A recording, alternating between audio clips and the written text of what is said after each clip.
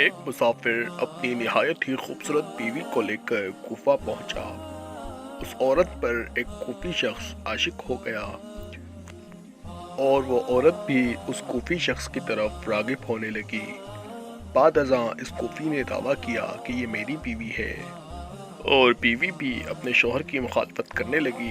شوہر اس بات سے عاجز ہوا کہ اپنا نکاح اس عورت سے کیسے ثابت کرے گا۔ یہ مسئلہ امام ابو حنیفہ کے روبرو پیش ہوا۔ امام ابو حنیفہ، قاضی ابن ابی لیلہ اور کچھ علماء نے سفر کیا اور شوہر کے مکان پر گئے اور چند عورتوں کو وہاں جانے کے لیے فرمایا۔ ان سب کو دیکھ کر اس کا کتا بھونکنے لگا۔